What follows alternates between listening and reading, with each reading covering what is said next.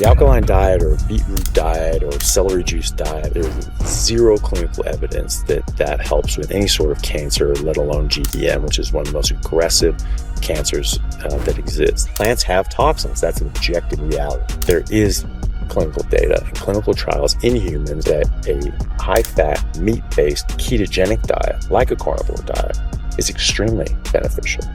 I've been doing this for 7 years now. No cheats ever. I never wanted to. No interest in it. Like, I would fight my way out of a room to not eat broccoli, like literally. Like that would happen, So welcome everybody to another episode of the J2 Hub podcast, where I'm always bringing you someone exciting on the show. And today I've got somebody who I met here in the Bali time chamber who's literally changed my whole thinking on food and the way we consume food and how it makes you more optimal in your day-to-day running. Now, if you know me previously, you'll know that I'm not one to very quickly fall into mumbo jumbo stuff. I'm not with this whole vegan movement or anything like this. I really like to make up my own mind. But sitting with this guy for quite a few evenings and literally understanding and learning how food affects different parts of your life has really opened up my eyes. And I know a lot of the listeners on this show are people who are trying to optimize their life, business owners trying to get to the next level or to a higher level. And I thought there was no way I'm going to leave this place without getting this guy on the podcast to kind of share some of his information and really open people's eyes, because he's opened my eyes. And in a small period as 1 week, I've seen huge amount of changes in myself, which I will share later on the show. But thank you so much, Dr. Anthony Chaffee, for coming onto the podcast. You're welcome. I appreciate you, man. Thank you so much. I know you're a busy guy, so absolutely appreciate it. So look, for everybody who doesn't know who you are, can you give us a brief intro on what you do and what you're all about? Yeah, absolutely. Well, I'm from America. I'm a medical doctor. I have a private practice in Perth, Australia, dealing with metabolic health optimization, sometimes called functional medicine. But I use largely diet and lifestyle interventions in order to help my patients first and foremost, and then use medications and the traditional medical practices as an adjunct to that to fill in the gaps. Mm-hmm. But the vast majority of these things can be fixed with diet and lifestyle, which has been absolutely incredible. It's stuff that's not taught you in medical school, but it works better than anything I've been taught in medical school, so I go with it. How did you get into this field, Anthony? Was it something you were interested in as a child, or how did it develop that you've gone in? Because you're quite deep into what you do. Well, I've always been interested in medicine. That was always my goal as a child, was to become a doctor. I was always interested in surgery and anatomy and knowing how the body worked and how everything went together. I always thought that it was really fascinating to be able to go inside somebody's body and physically fix them with your hands. I couldn't think of anything else more amazing than that. And so that's what I've been studying and doing. And I've been very interested in neurosurgery. I've worked in neurosurgery as a registrar in Australia since February 2020. But I've always been interested in diet, nutrition, and how that affects health and chronic disease, and particularly athletic performance. So when I was young, growing up, I always played a lot of sports. I wrestled, did MMA, played rugby, and many other sports that came up. And I was always interested in fueling my body with the best food so that I could perform my best. My parents were always very conscious about eating properly for health and longevity and heart disease and all these sorts of things.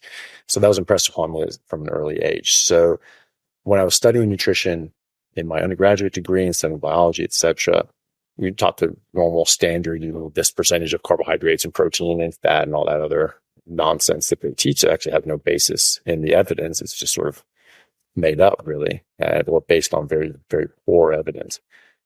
And then when I was in my undergraduate degree, I was taking a class in cancer biology at the University of Washington in Seattle. I'd already taken botany. I'd already taken biology. And so I understood sort of the framework that this was going into. But my professor of cancer biology told us about plants and how they were living organisms. They like to stay living organisms, and they don't want you to eat them. And so how do they defend themselves? Animals can run away or fight back. Plants can't. And so they have to have defenses. So their main defense is by being toxic. Plants make about 1 million different defensive chemicals to stop animals and insects from eating them. And some of these can be carcinogenic. And so this was a cancer biology class. We were talking about cancer, and he was pointing out that Brussels sprouts had 136 identified carcinogens in them.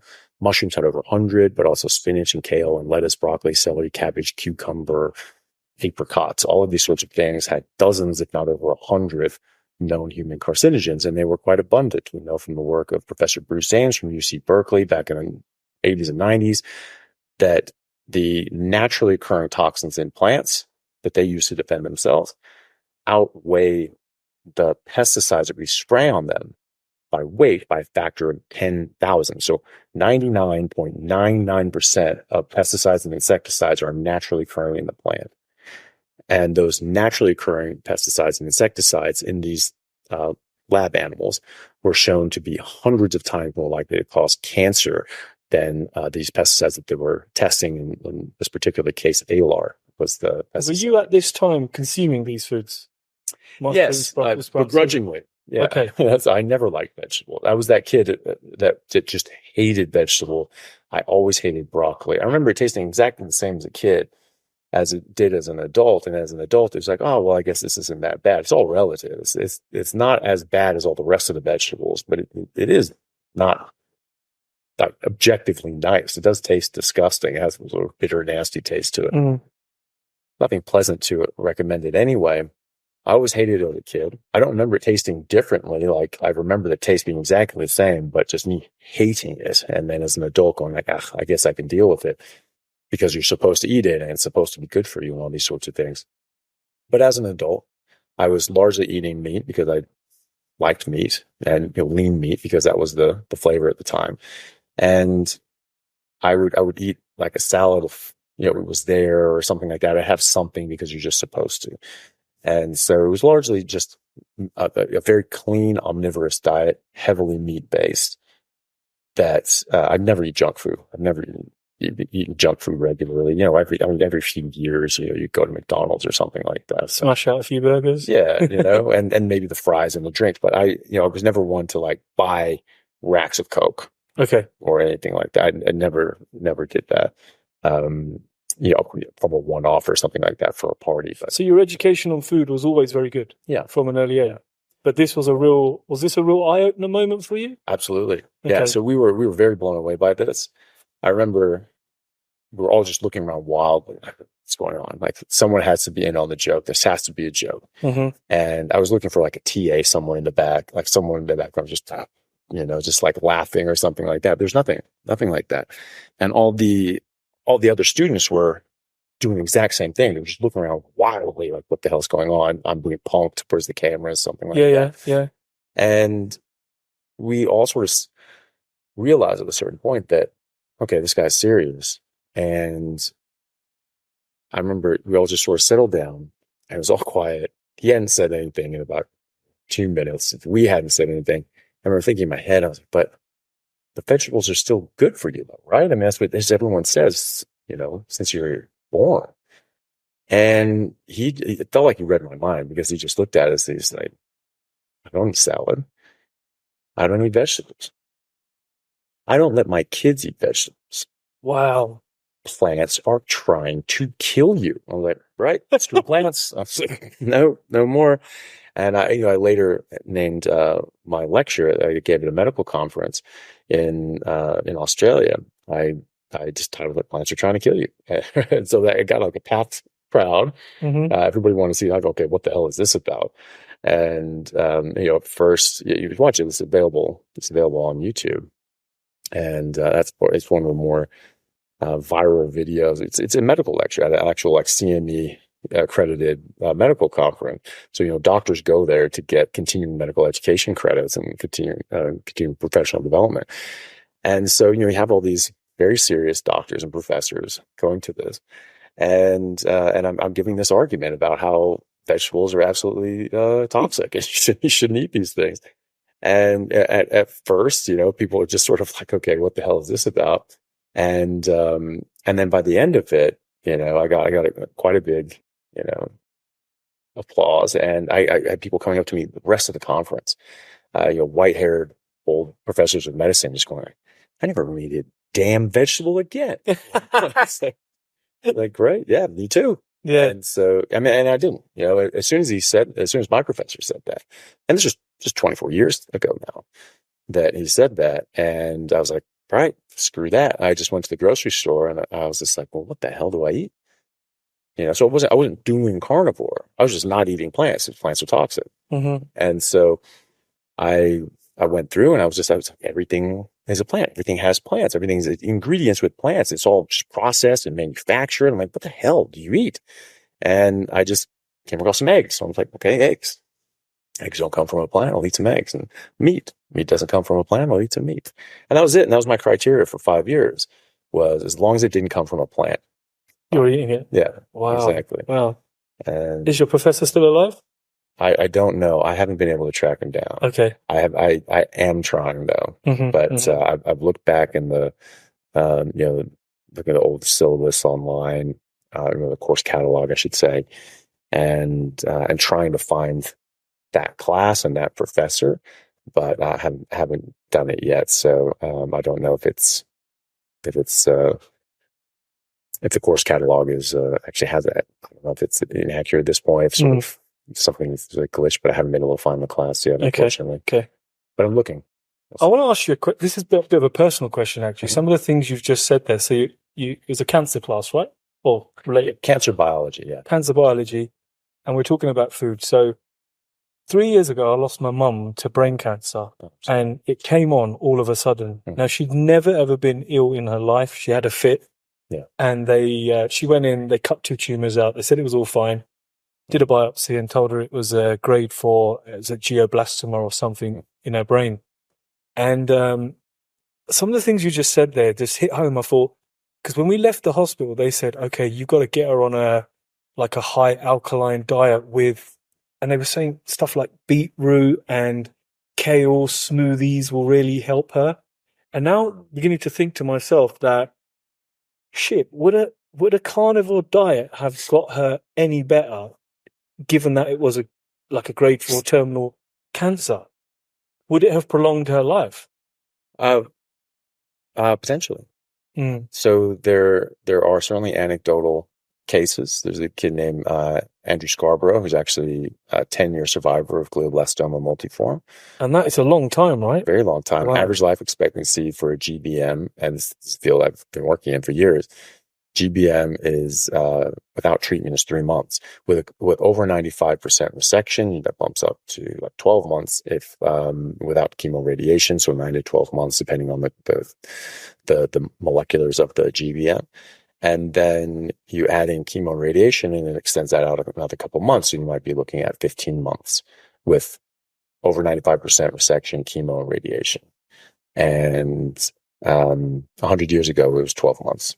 So chemo radiation really added a couple months. We haven't really made much of an advancement in from a pharmaceutical point of view, a treatment point of view, in 100 years. Since Cushing came around, he hasn't really extended life all that much. Yeah. I mean, she had 28 sessions of chemo, and therapy, and grown men were saying, I don't know how she's done so many sessions, but the odd thing was that towards while she was eating, it's really odd when I think back now. She didn't want to eat any vegetables, but when we gave her chicken or we gave her meat, that was stuff that she it's almost like she was lapping it up, That was the only thing going in. Well, I mean, that's real nutrition. And, and so you're eating that and your body's telling you when your body really needs nutrition, it's really starved for nutrients. Those nutrients taste amazing. And so you're getting fatty meat. Your body's just going, yes, get that. Vegetables your body doesn't need. They don't taste good. They're gross. And so we have to dress them up. We have to put sauces on them. We have to cook them and adulterate them, mix them with 50,000 other things to try to change the flavor. Because just eating a whole bunch of raw plants is disgusting. I mean, try juicing. Try juicing without adding anything with sugar in it. It's disgusting. It will taste bitter and foul. And it's not because the plant tastes bitter and foul. It's because your brain is responding to specific chemicals in that plant that it said, this is not good. Don't let this pass your tongue. It's your gatekeeper. Right? So bitter, it's gross. No, don't go out. Now, there are processed foods and sugars and things like that that are designed to be palatable, highly palatable, because scientists are taking these chemicals that give that, okay, that's good signal to your brain, and they can change it, they can modify it and amplify it. So you have this much bigger signal, but then it goes into your body and it's actually no nutrition. You have receptors in your stomach that track up the vagus nerve to your brain that track macros and micros in your stomach. And so you get this taste on your tongue that says, okay, this can go by, but then it goes to the stomach and your stomach says, there's nothing here. Right? And so you have to keep eating and you keep eating and you keep eating. And that's what food scientists have discovered, is that you can cause compulsive eating if you hit that combination of things that taste good up here, but actually have no nutrition down here, and change your hormones. They jack up your insulin, which blocks leptin, which is your satiety hormone, upregulate ghrelin, which is your hunger hormone. And so you just overeat and you eat and you eat and you eat and you really can't stop. You get this compulsive eating, this addictive eating, which is something that we've really never seen before the processed food craze, or big access to sugar, alcohol, drugs, these sorts of things. And sugar is a drug. But the thing is that the alkaline diet, or beetroot diet, or celery juice diet, or that's it, the beetroot. Yeah, that's what it was. Those sorts of things. There's zero clinical evidence that helps with any sort of cancer, let alone GBM, which is one of the most aggressive cancers that exists. However, there is clinical data, clinical trials in humans and preclinical trials in rats showing that a high-fat, meat-based ketogenic diet, like a carnivore diet, is extremely beneficial. There are over a dozen human trials, human studies with GBM specifically, with high-fat, meat-based ketogenic diets showing improvement in longevity and outcomes, actually showing recession of the tumors. There are a number, and even randomized controlled trials. These are all smaller, about anywhere 15 to 20 or 30 patients, right? So we need bigger trials, and those are being done. Cedars-Sinai Medical Center in America, one of the top medical centers in the world, has been using, it's called ketogenic metabolic therapy for the treatment of cancer. They've been using that for well over a decade to treat all forms of cancer. There are reasons for that, but they've also they're in the middle of recruiting for a phase 2 trial of GBM. They're trying to get 120 plus patients with GBMs at multi-center. So you're getting multi-center approach with a lot of patients. That's a much better study to look at ketogenic metabolic therapy and how this can help. They've published case series. They had one that was published, I think, was it 2015? That was 15 patients with various cancers. Most of them were brain cancers.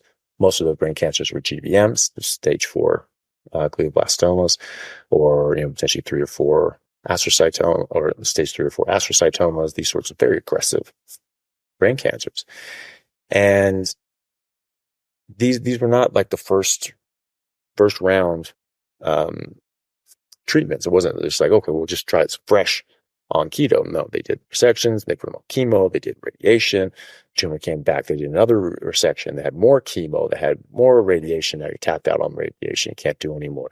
They had a re-resection, and now they had to go to Avastin, and that's sort of it. That's the last ditch effort that you have with someone giving them Avastin.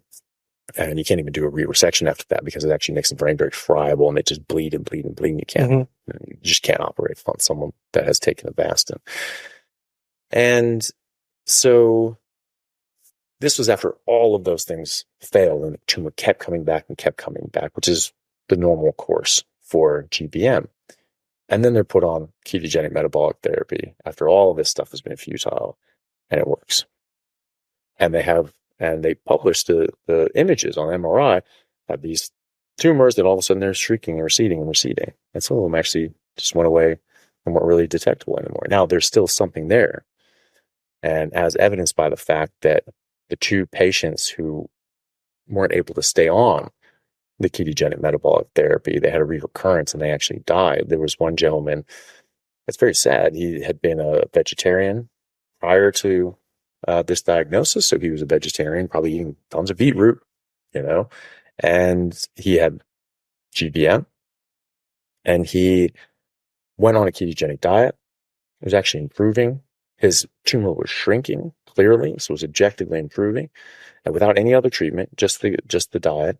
And it's and then he was actually improving his neurological symptoms. He was improving his quality of life. He was able to go out with his friends now. He was able to go out, dancing and do all these sorts of things. But before he was quite neurologically impaired. It doesn't go into too much detail, but it just says basically in that report that he couldn't deal with the lifestyle anymore. Didn't really like doing that. I don't know if he got pressure from his friends or what, but he said, okay, basically he got to the point where he felt good enough that he said, okay, I don't need this no more. Yeah. And unfortunately his tumor relapsed very quickly and he died shortly after that. So there's actually quite a lot of clinical evidence that this helps. There are clinical trials being done at the moment. That gentleman, Andrew Scarborough, that I mentioned, he's not only survived 10 years longer than he should have, because he only got a partial resection because half of his cancer was in his motor strip. So if they took that out, he would have been paralyzed permanently down the other side. And that's a big no-no when you're doing these sorts of surgeries. You have to try to preserve function because, you need quality of life, not just quantity of life. And you're going to extend someone's life by a couple of months, but they're going to be paralyzed the whole time. No, thank you. And so most people wouldn't choose that. And he actually had quite an aggressive form of GBM. Now, GBM is extremely aggressive, but there are different kinds. And so his specific molecular diagnosis of his particular type of GBM was the more aggressive kind. And it doesn't respond very well to chemo and radiation. None of them respond well to chemo and radiation, but his responds even less well to chemo and radiation. And so when you have this sort of, a methylated wild type GBM, you just look at it like, okay, that's just a death sentence. And so he just said, okay, well, chemo and radiation aren't going to get me anywhere. So there's no point in subjecting myself to that. I need to look at something else. He came across the ketogenic metabolic therapy. He started applying that. He ended up going full carnivore, very high fat, getting his ketones up. There's something called GKI, so glucose to ketone index. So you keep your glucose down as low as you can, your ketones up as high as you can. And that has been shown in preclinical and clinical trials to extend life and improve symptoms and regression of cancers and many forms of cancer. And so he's 10 years down the line and he has no sign of GBM on his MRI, even though there was residual tumor from his original surgery. There are a number of other people. I've interviewed Andrew on my podcast, and he is actually now at doing postgraduate work so he's either in med school or postgrad, and he is actually doing clinical trials on ketogenic metabolic therapy and GBM at Charing Cross Hospital in the UK. And then there's two other people that I've personally interviewed on my channel. One was a guy named Pablo, and he's about, again, 10 years on. And so he was supposed to be dead within, a year or two. And yet now he has a wife and, a couple kids, right? Wow. And he's been mostly carnivore that whole time. But I was talking to him and he said that he just felt a bit, had that sort of like, why me? I shouldn't have to do this sort of thing. And so even though he was doing really well, he just says, damn it, I should be able to have an ice cream with my kids. I should be able to do this. I should be able to do all this stuff. And then it started coming back. He started having more neurological symptoms and more seizures. And he came back and was just like, okay, this is growing again. He's like, okay, well, I can't. I may want to do this, but it's like, I should be able to do this. Well, I can't do this. I want to live more than. Yeah, exactly. Yeah. So, it's like, well, I should be able to do this. And it's like, okay, but I can't. And so he just came to that realization. It's like, okay, I can't. And so now it's really, back on the hard, the straight and narrow. And then another kid, Logan Sneed. And it was funny talking to Logan because he was like your mom. He's had a very quick onset of symptoms. It was a big deal. And then they saw what this was. And his family, thankfully, they were in Texas, I think Houston. they were able to get into, one of the top neurosurgeons there very quickly and saw like, oh no, this needs to come out. This needs to come out now. And so they took it out and they were like, yeah, it's out. And he just thought, okay, it's out. It's gone. Yeah, that's exactly what she thought. Yeah. Yeah. And, but no, it's not. I mean, you with GBMs and things like that, there's some sort of underlying disease process that's happening, or it just spreads very quickly. But when you have a GBM pop up on the right hemisphere, people have done entire hemispherectomies and it still pops up on the left side. Oh, wow. Right. Okay. So you take, and the thing is that, if you have a melanoma, you have this little thing there, you do a big wide margin, there's no little cancer cells in there. If you get all the cancer cells, you're pretty good. You should be fine. But when you're dealing with the brain, you generally can't do that, right? Because you're doing this margin here, you're taking out skin and muscle. But you're doing here, you're taking out brain. And in some areas you can do that. Like the frontal lobe. You can take out a whole lobe. You can do like a frontal lobectomy and be okay, or the anterior part, the front part of the temporal lobe. There's certain parts of the brain that you can get away with taking more. Say, okay, we're going to get wide resections. You're going to take this whole thing out, make sure we're not leaving anything behind. It comes back, and it just keeps coming back. So Logan, then someone got him onto a ketogenic diet, and that really helped him. And he was getting in shape, and he was getting ripped, and he ended up making an online business out of it. And he's doing very well from this. And when I was speaking to him, he was not aware that this was a very unique situation that he was in. He thought that it was like, oh, they just took it out, and I guess that's it. He wasn't aware that that's not typically how it goes. It basically buys you a year. Yeah. And but it comes back. It always comes back. And so for his to not come back, it was quite exceptional. Was that diet as well? Yeah. He did keto carnivore. Yeah, ketogenic carnivore diets. Yeah. So this all comes back to cancer biology. How did cancer work? What did cancer from? People think, well, it's a genetic disorder. Okay. Well, there's actually two competing theories. The main one that people know about is it's a genetic disorder. And the other one is the metabolic mitochondrial disease. And so there's some problems. It's called the somatic theory of cancers, that the genetics, right? So, but there's some problems with it being a genetic disorder, right? Because first of all, the argument is that you have one cell that just gets so many mutations that eventually it just starts growing like crazy, and you have all these cancer cells going crazy, and they're just making clones of themselves called monoclonal. You get these big tumors, and they spread around. You get these tumors all over your place. Well, the problem with that is that if you take a tumor and you look at all the different cells, they don't actually all have the same DNA. Some of them have genetic changes. Many of them have perfectly normal DNA. So that's a bit of a hole, but they all behave as cancer. They're all working the same. So that's odd. And then there are entire cancers, types of cancer, that have no genetic changes whatsoever. And that's a bit odd. But they all have damaged mitochondria. Every known cancer has damaged mitochondria. And there was experiments done with it. Well, going back a bit further, there's a guy named Dr. Otto Warburg, who was one of the first very serious cancer researchers. And this guy was so brilliant and so smart. Like, he was a Jew, a homosexual Jew in Nazi Germany, and Hitler just like, you just keep doing your thing. You just keep doing your thing. No one bugged him. Yeah. Because he was just this guy was just a genius. And he was just like, yep, just keep doing whatever you're doing.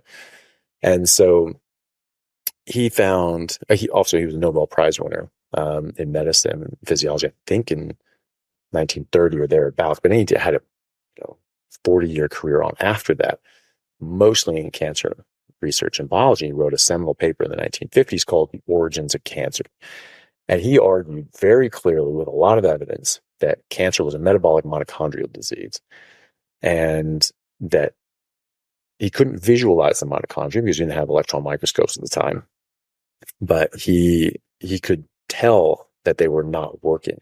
They couldn't go through oxidative phosphorylation. They couldn't make ATP properly. And so they had to change to a substrate level fermentation, which is actually much less efficient, doesn't create energy nearly as well. So you need a lot more substrate, you need a lot more glucose, etc. And it also creates a lot of free radicals that cause a lot of oxidative stress, damages the rest of the cell, damages the DNA, causes DNA mutations, causes more damage to the mitochondria, etc. And he was showing that if you had healthy mitochondria, you could not get cancer. And that was what he showed, that if you had healthy mitochondria, you cannot get cancer, right? And so you have to have damaged mitochondria for it to go through this oxidative, to not be able to go through oxidative phosphorylation. So, and that's something that we still use today. It's called the Warburg effect. Cancer cells, we know, require about 400 times the amount of glucose as normal cells for for their physiological function and high metabolic rate and so on, because they're very inefficient at making energy and they have a high energy demand, right? And we utilize this in medicine. This is something that every doctor knows, but doesn't know that they know, because PET-CT is what we use to track cancer, right? So you give them an injection with radio-labeled substance, and you put them through a CT scan, you see where that goes. Well, that substance is radio-labeled glucose, sugar, right? So you give them radio-labeled sugar, you inject that in their body, and you see where that goes. You see it's dot, dot, dot, dot, dot, dot, dot, and just shook. That's that purple liquid they put in you, right? Or they make you drink something before you have a CT scan? Well, that's probably a different one. The PET scan, you do an injection. Oh, right. Okay. Yeah. And so, and it's a nuclear study. And so it's a very specialized test, but really what it's looking at is, where does glucose go? Right. And so you'll see all these different little spots, different tissues can light up and things like that. But, and we know about those, but then these little hot spots that aren't supposed to light up, all of a sudden they're lighting up. And you're like, okay, those are probably cancer. They have a much higher metabolic rate. They're just sucking in all that glucose. And so when I talk to people, patients and so on that are dealing with cancer, and it's just saying, like, this is the importance of getting rid of carbohydrates, and then this whole premise of ketogenic metabolic therapy is you're getting rid of these glucose molecules. You're getting rid of glucose and sugar. Think of your PET-CT scan. Every time you eat a bagel, those cancers are lighting up, right? So it's just a demonstration of that Warburg effect, that these cancer cells require 400 times the amount of glucose. And it's not just like they'll just take their fair share out of your bloodstream and everything else will get an even distribution. No, they're going to just suck this stuff in much more readily, right? And so, well, how do you limit that? Well, you limit the amount of glucose that's in there. So you don't eat it. You're still going to make it, but you're not going to you're going to keep your blood sugar at, 75, or, in UK units, 4.5, and keep it there instead of slamming it up to 150, or 200 or something like that. Right. And so, if you have these big spikes and troughs and things like that, it's the area under the curve, right? But if you're just here the whole time, then you don't have all this added. You're not putting yourself in the risk range. Yeah. And so you're limiting the amount of energy that's available to those cancer cells. So Warburg showed this, and he showed this from a physiological standpoint. He showed us different experiments showing that the cell couldn't function properly, couldn't go through oxidative phosphorylation. And this was later confirmed. We look at electron microscopes, and it's funny. It was a paper in 1975, 2 years after he died, and said, "Oh, good old Warburg." And they've gone back and forth. This particular guy wrote this. Oh, it's a shame that he's not alive to defend himself now. It's such a shame. But his idea was that it was mitochondria, and that was cute and all. But now we know that just wasn't. There aren't damaged mitochondria in cancer. Like, that's what everybody refers back to. Okay, well, a few years later, when we get electron microscopes, we see, they're completely destroyed. Wow. Exactly what he was talking about. Exactly what he was talking about. So he called it. And we look at these things called crystallysis, so that you have mitochondria sort of like a little bean-shaped thing, and this internal membrane, sort of like an accordion shape inside of it. And that's where this oxidative phosphorylation takes place. And so crystallysis is when that just guts out and just dies. And it's just this husk. And it's dysfunctional. It can't do anything, right? So in biology, there's this concept of form equals function. If the form itself is damaged, the function is damaged, right? So if those internal membranes, which carry out oxidative phosphorylation, are destroyed and gone, well, obviously they can't go through oxidative phosphorylation, and we know that they don't. So he was right. There were a couple studies that that actually really confirmed this as well through experiment, which were the nuclear transfer studies.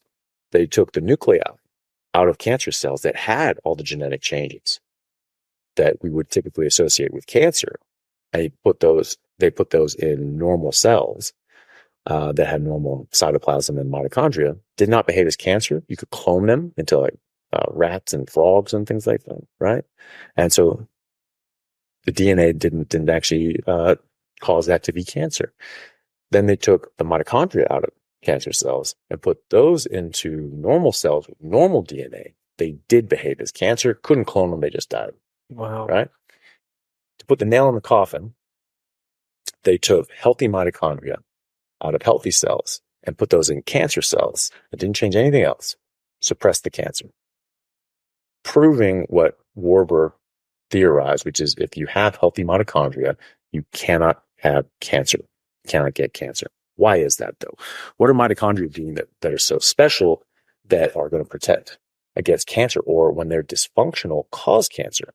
Well, mitochondria are way more important than people realize. They're the, termed the powerhouses of the cell. They make ATP, which is like the chemical currency of the cells. Basically, think that if that stored energy, it goes around and you break this bond into ADP and you give off some energy, and then get these functions that can happen, right? So it's very important to have this. And so that's not the only thing they do though. Mitochondria are basically really, really old bacteria that formed a symbiotic relationship with cells hundreds of millions of years ago, billion years ago, whatever, hundreds of millions of years ago. And they actually move around inside the cell. And so they don't just sit here making energy. They move up to this transporter and say, here's energy, do your job. Turn this thing on, turn that off, turn this on, turn this off, turn that on. So they're moving around the cell. There's hundreds or if not thousands of these things in every single cell. And they're actually running the cell. The DNA, that's not the brain. Those are like the plans. Those are the blueprints, like an architect.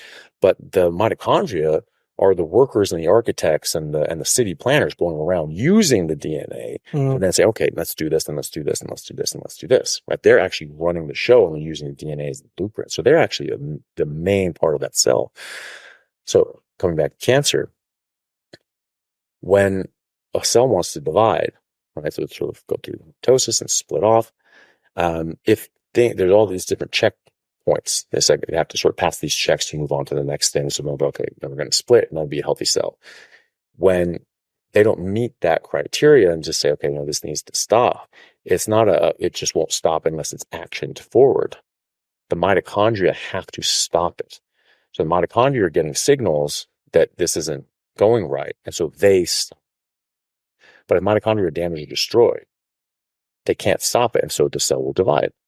And then it'll divide again and divide again and divide again. So you get unregulated cell growth, which is what cancer is. Not only that, they're the ones, if you've heard of apoptosis, where it's a programmed cell death, where the cell just says, no, everything's too damaged. We have to die. We have to shut this cell down, right? To preserve the rest of the organism. And that just doesn't happen on its own. So some of these cancer oncogenes and things like that are these genes that signal apoptosis. Oh, that's broken. So that can, get you to get cancer more easily. Sure. But where does that signal go to? That signal goes to the mitochondria, which then kill the cell, right? The mitochondria are destroyed. They can't kill the cell. They can't stop it. So the cells are unable to kill themselves and unable to stop dividing. So you just get this massive, overwhelming growth and inappropriate growth. And that's cancer, right? Wow. So it all comes back to what you eat. Exactly. Absolutely. And there are studies showing very clearly that if you are on a ketogenic diet, like a carnivore diet, that because you go through something called autophagy, right? So, well, we'll get back to that. So when you're on a ketogenic diet, like a carnivore diet, you're eating what you're supposed to naturally eat. This is what we've been eating for millions of years, right? What else was there to do? How much wheat was available 50,000 years ago during the Ice Age, let alone 2 million years ago during an Ice Age, right? We weren't eating any of that garbage. What were people eating when they crossed the land bridge from Asia to North America in the Arctic Circle during an ice age when it was a land bridge, an iced land bridge from Asia to North America, at a time when the city of Seattle was under a mile high block of ice, right? And you're 1,500 miles up north of that. What plants are you eating there? What carb? What bread? What tofu and oregano? Are you having that circuit? So you're eating meat. You're eating probably marine mammals or mammoths or something like that are around it, but maybe not even mammoths. So what the hell is for mammoth to eat? Probably eating seals and those sorts of things. You're eating fish and then coming back out and you're getting them on the land, or you're hunting whales, or you're hunting fish and things like that. They're eating meat, right? So we're all going to be in a state of ketosis. Animals in nature are generally in a state of ketosis. Carnivores, 70% of animals are carnivores, and so they're just eating protein and fat. So they're in a state of ketosis, and actually had this test in lions and things like that. The lions are in ketosis. Well, no kidding, right? They're not eating carbs. And, but also herbivores, because herbivores that eat, the vast majority of herbivores, I should say, are going to be in ketosis, because the vast majority of herbivores eat fibrous plants, and that fiber, cellulose, strings of glucose. But no vertebrate animal can break down cellulose. They won't have cellulase, the enzyme that breaks down cellulose. And so we can't break that down into glucose. It's the bacteria in their guts that eat the fiber. They have cellulase and they can eat the fiber.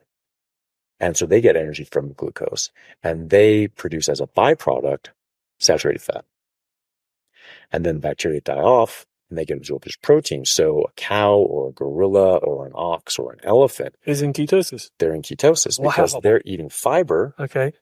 But what they're absorbing is saturated fat and protein. So you have like the game changers, like, oh, an ox eats plants and they're so tough. I was just about to say that. So when a vegan says to you, oh yeah, well, a gorilla eats vegetables all day long. Yeah, because they're able to break down fiber. You're not, right? You have different digestive tracts because they're herbivores and you're not. Right? Very simple. And that's a clear sign that we're not herbivores. We have no ability to break down fiber. We have an appendix. It's that big. A gorilla, that's a 4-foot long cecum. And that fiber packs in and ferments and produces saturated fat and protein. We don't have that ability anymore because we haven't eaten fibrous plants in millions upon millions upon millions of years. So we lost that ability, right? So that just shrunk down into your little pinky. Maybe it has some sort of form or function, but it's not to break down fiber. That's not what it does anymore, right? And so when you're looking at people in ketosis, when you switch someone to a ketogenic diet, they actually find that this improves their mitochondria and their cells because of something called autophagy. This is something that people say, well, you have to fast for 3 to 5 days to turn on autophagy. Autophagy is you're turning over and recycling these little older cells, precancerous cells, all that sort of stuff. But also what you're doing is you're replacing out, swapping out organelles within the cell, like the mitochondria. It's called mitophagy. And then mitogenesis is the generation of more mitochondria. And people, they looked at something and just said, it's probably because you're starving and your body has to look for energy anywhere it can get it. We all got a lot of fat on us. I don't think you're scavenging for energy, especially because, for even a high performance athlete that weighs 65 kilos at 6% body fat has 150,000 kilocalories of energy stored in that 6% body fat. You have plenty of energy available to you. You have weeks of energy available before you even start catabolizing your muscles, even as a very slender person. So, that doesn't make much sense. And it really shows that it's not the case when you look at the fact that it turns on mitophagy as well. And mitophagy and mitogenesis. So it's not just breaking down the mitochondria to get rid of them and then use that for energy somewhere else. It's replacing the older mitochondria, it's breaking those down and making new ones and making more of them. So it's actually energy and it's energy dependent and resource dependent. So this is not scavenging and just, we just got to get some energy. We just have to survive. No, this is just a normal housekeeping process that your body would always do, that all animals' bodies would always do to keep them healthy, which makes sense. Your body's trying to heal and repair itself and not just break down and get worse. And so, when you're you could do this by fasting, but you can also do this by being in a ketogenic diet, because people don't realize, they think just, you eat carbohydrates, your insulin goes up, insulin drives energy into cells, normal process. Well, it's normal down here at normal levels. But when you jack up your blood sugar, that jacks up your insulin, that's completely super physiological, because if it were only affecting glucose and energy getting driven into cells, that'd be one thing. But insulin affects over 100 different processes in your body, basically the least of which is your glucose metabolism. It has so many very vital processes in your body. One of them is autophagy. So insulin goes up too high, it blocks autophagy, it stops autophagy, it stops mitophagy, it stops mitogenesis. Right. And so if you're constantly eating carbohydrates, your mitochondria are going to be struggling, and you're exposed to, you have some genetic issue like Tay-Sachs, you have exposure to radiation, you have different plant toxins and plant carcinogens, and these other sorts of things. They damage the mitochondria. They may damage the DNA too, but they also damage the mitochondria. Tay-Sachs damages the mitochondria. All these different diseases that are like precursors to cancer will damage the mitochondria, right? So if you're damaging the mitochondria over and over and over again, it actually damages the mitochondria by eating a lot of carbohydrates, and then there's different processes that do that, go down a whole another level of complexity. You're talking about deuterium, which is heavy hydrogen, which actually damages mitochondria. And you have more of this in carbohydrates and in plants and things like that. And when you're in ketosis, it actually lowers your deuterium levels, so you have less damage to your mitochondria, etc. And there are top researchers from Professor Emeritus of UCLA Medical School, Dr. Laszlo Boras is one of the world's experts on deuterium, and he actually has a whole program on deuteronomics, like studying how deuterium affects the body. And he's published just, I don't know, a dozen papers on it in the last couple of years on this. It's another level of complexity, but it all comes back to mitochondria getting damaged, right? And so if you are constantly keeping your insulin high because you're just constantly eating sugar or carbohydrates, which is sugar, then you're never going to allow your body to replace and turn over those mitochondria. So you can't go through mitophagy, and you can't go through mitogenesis, or at very low levels. And it just adds up, and it builds up, and this damage just builds up and builds up and builds up. You get very serious metabolic issues. Long before you get cancer, you get all sorts of other very serious issues.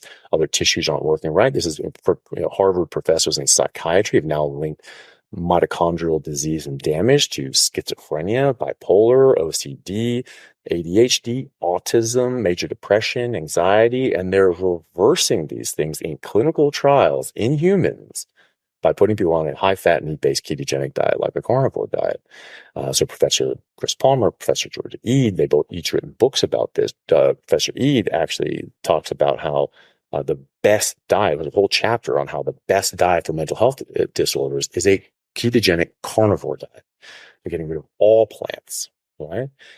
And so when you eat, there are studies that actually show that when you eat a high-fat, meat-based ketogenic diet, specifically ketogenic though, lowering your insulin down, that in 3 to 4 months, you'll have 4 times the number of mitochondria, and they're 4 times as effective because there's more of them, and they're newer and faster and more efficient. Mm-hmm. So your whole body works so much more efficiently. And these mitochondria are the ones working inside the cell, right?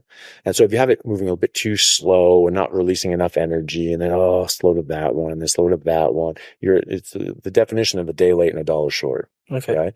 And so when you have more of these mitochondria, you have enough, and they're just bouncing all over the place, you're able to get there on time, at the perfect time, hit the perfect amount of energy, all these sorts of things. You're turning off and turning on things exactly when they're supposed to be. Your body works better, your tissue works better, your brain works better, and you don't get cancer.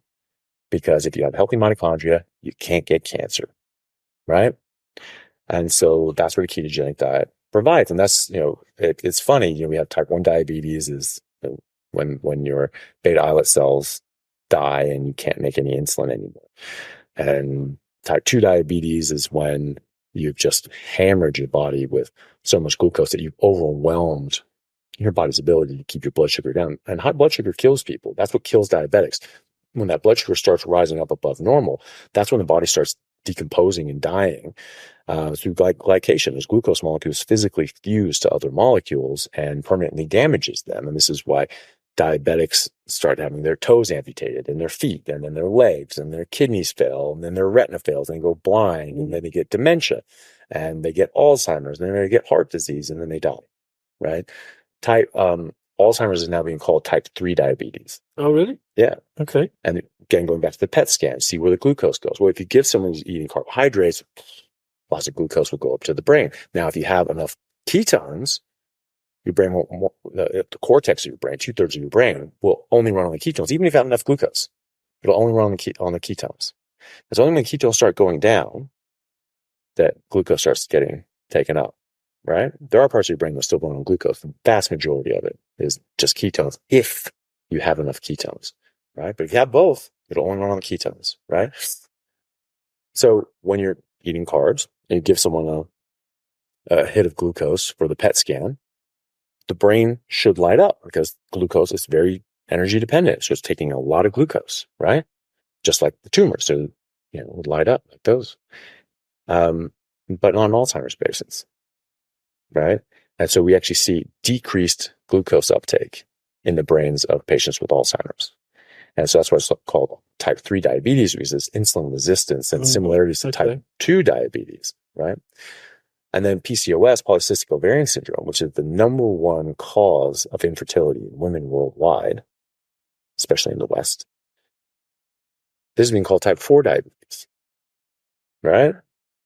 And that's because as insulin goes up, that blocks the conversion and regulation of hormones in women. So women make testosterone first. We all make testosterone first, and then that's converted into estrogen. So women make testosterone first, and they convert that into estrogen in their ovaries. But higher insulin in women in the ovaries blocks the conversion of testosterone into estrogen. Right? It actually screws up men's testosterone, but it screws up women's estrogen. So women will have too high of testosterone and too little estrogen. You get PCOS. You get hirsutism, you get, facial hair, back hair, things like that, get put on weight, and get infertile. You can't have kids. Your body's not going to let you have kids. And this is very quick and easy to reverse. You just put people on a ketogenic diet and it goes away. And this is in the clinical literature now. This is in the published literature. But, you didn't even need that because with the treatment for PCOS is to put people on metformin, which is a diabetes medication. Right? And so you're just reversing insulin resistance, right? You're getting rid of that insulin, get that insulin down, and now you'll convert testosterone to estrogen. Your body just goes back to normal.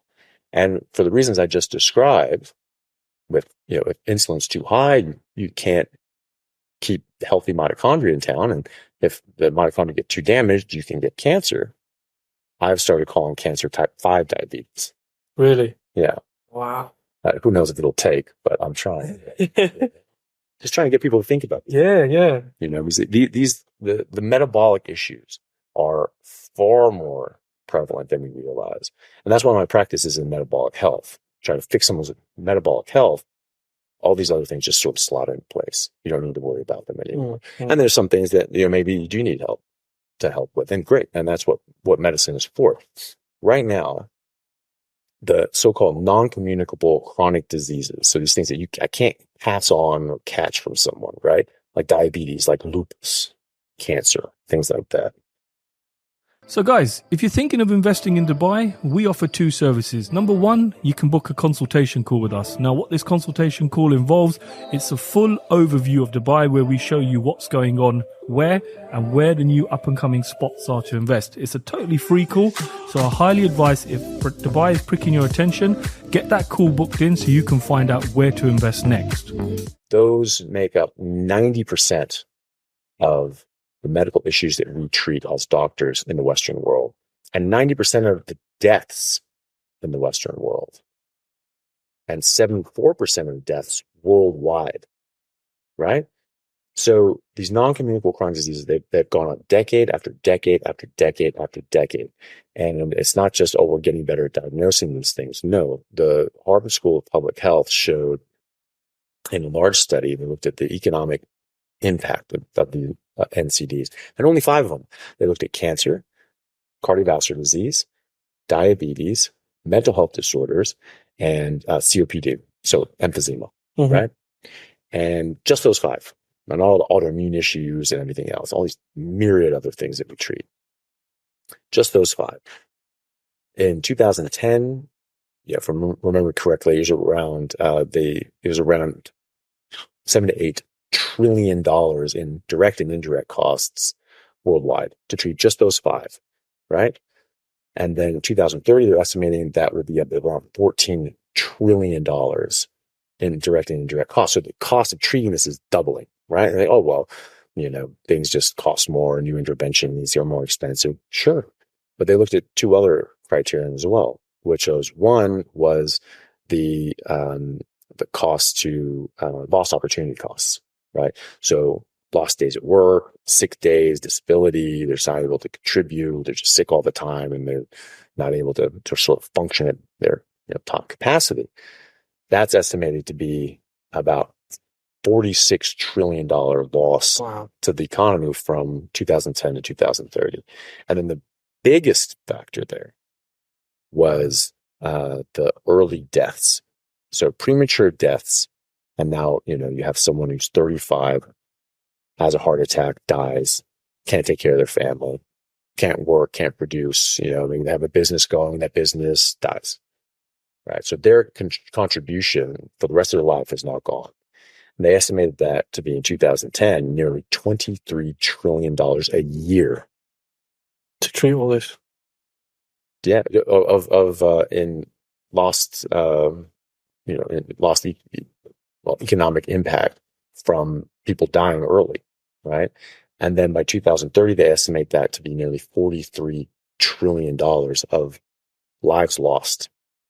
Right. And this is mad because I was listening to a podcast this morning, and Bedros Keuilian was talking about pre-World War II, and he was saying the American dream was so much alive then because Dad could go out to work, Dad could earn enough money for Mum to be the caregiver at home, food was great, Dad could buy a car, Dad could go on vacation, and all of this. Now, from what you've just said, I'm thinking to myself, is it because they were eating the right stuff that they were able to do all of this? But now as we move through time, the diets change. A lot of the money is being used to treat all of this stuff, meaning the cost of living is going up, buying a house is going up. All of these things have risen in price. And the American dream has kind of died because of what we have chosen to eat or the way we've been educated with food across this kind of time. Yeah. Well, it's certainly not helping.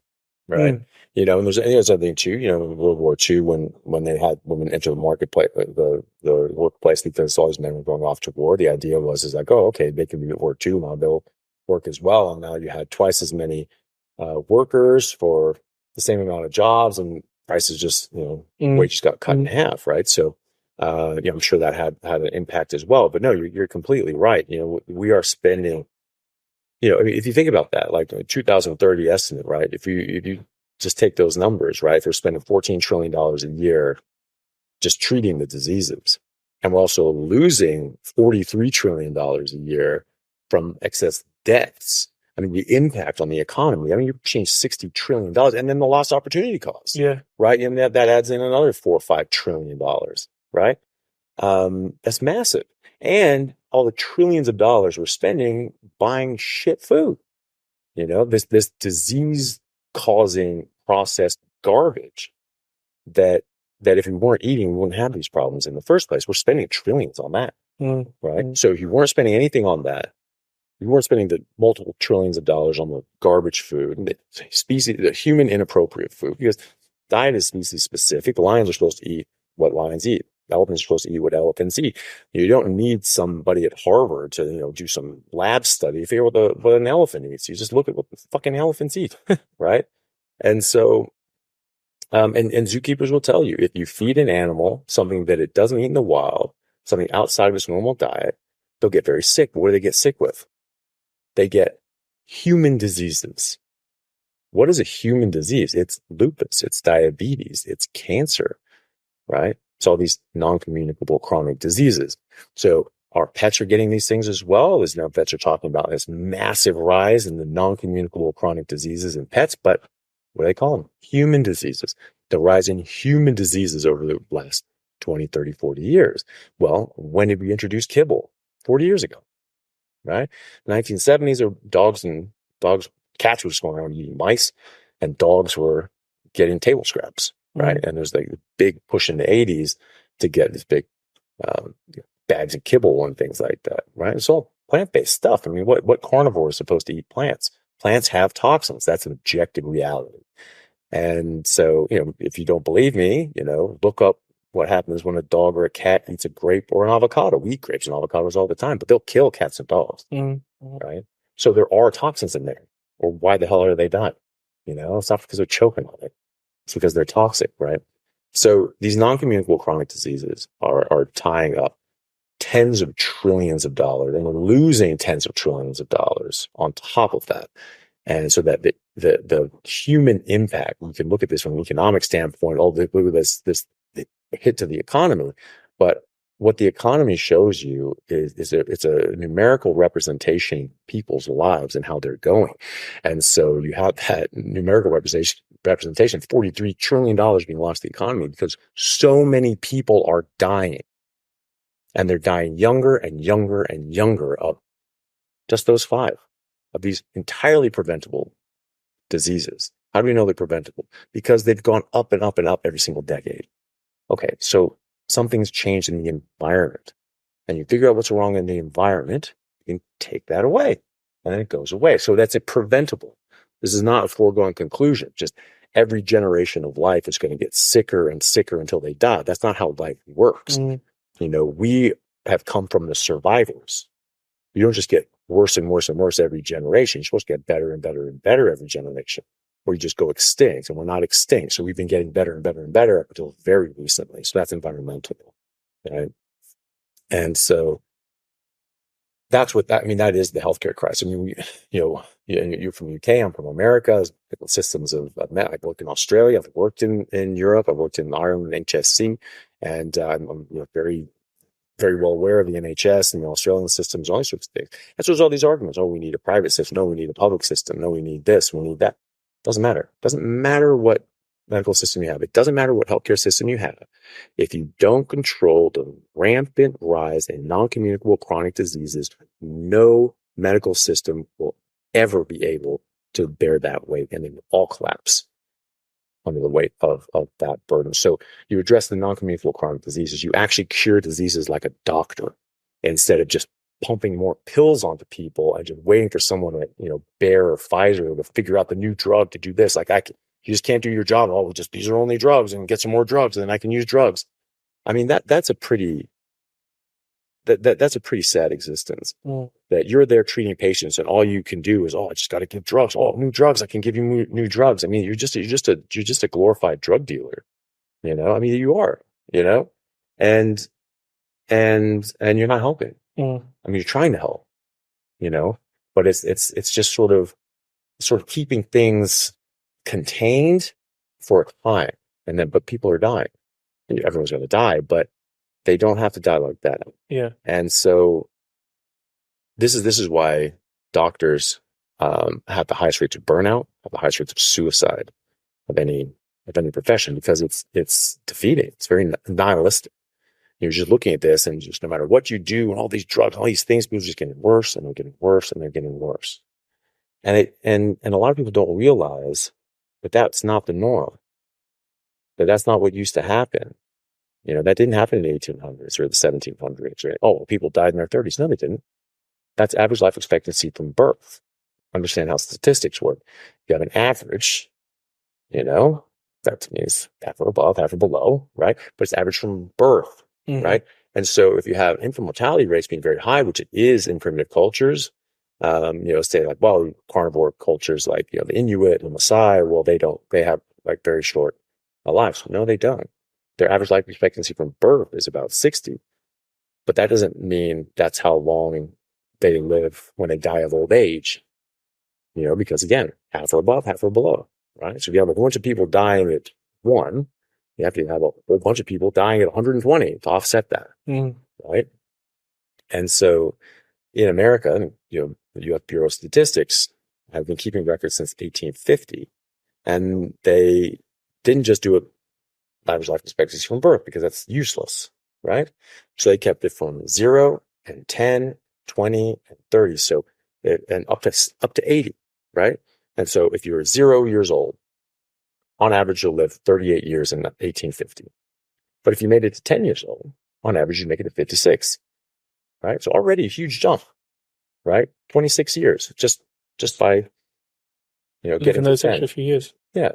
And so you get to 20, it's in your, 66. You get to 30, it's in your 70s. It just goes up and up and up, right? So you get to adulthood, you're much more likely to live to older adulthood, right? And I mean, it's right there in front of you. In 1850, why were they taking these statistics in 80-year-olds if there were nobody living to their 80s, right? Because of course they were. And when you get up to adulthood, they typically lived about as long as they do now, right? And then when infant mortality rates went way down, then the average life expectancy from birth started getting closer to what you'd see if you lived to adulthood, right? But so that's how people play those games. There's that saying from Mark Twain, which was I think he got it from Benjamin Disraeli, which was there are three kinds of lies. There are lies, there are damn lies, and there are statistics. There's a lot of statistics, and people just not understanding how statistics and averages work. Like apparently they skipped third grade or something, failed it or something like that. So in the 1800s, we've established that people were living to be in their 80s and 90s and things like that. The founding fathers of America, born in the mid 1700s, often lived to be in their 80s and 90s. John Adams, one of the founding fathers, the second president of the United States, died at 92, right? Jefferson was, I think, 84. And so Ben Franklin was 64 at the beginning of the Revolution. George Washington died in his late 60s of pneumonia because he was out there working in the fields and busting his ass, and he was getting soaked and rained on, and he got sick. So something had to kill him, right? He was still a very healthy, active adult into his late 60s. So people were definitely living long enough. So then answer me this. Why is it that when people were living just as long as they are now and could fully have all the different, all the time in the world to develop these non-communicable chronic diseases and diabetes and cancer and heart disease and all these other sorts of things? Why? And we were eating more meat in the 1800s than we were in the early 1900s when heart disease became the number one killer in America. Why is it that we were eating more meat in the 1800s? And there was the first recorded death from heart attack on autopsy was in 1912. There wasn't a single recorded autopsy of anyone dying from a heart attack before 1912. You serious? Wow. Yeah. So why the hell is that? We're eating more meat in the 1800s, and then this vegetarian movement started coming in because it was part of a puritanical movement, a temperance movement, saying that people should stop masturbating and fornicating. And if you eat a plant-based diet or vegetarian diet, that will suppress your sexual urges. Okay, is that a good thing? That means you're killing your hormones, right? When you see any population of animals in the wild or in captivity, when they lose interest in mating, that means something is wrong, right? And so it was funny. It's very difficult to get pandas to mate in captivity and things like that, except when COVID hit and they closed down all the zoos. And all of a sudden, there's not a whole bunch of people watching them. They're just banging away. They're just like, crazy. They were nervous. Yeah. Well, they're like, oh, I'm not doing it in front of him. It's just like, it's just, they just wanted some privacy. Yeah. Yeah.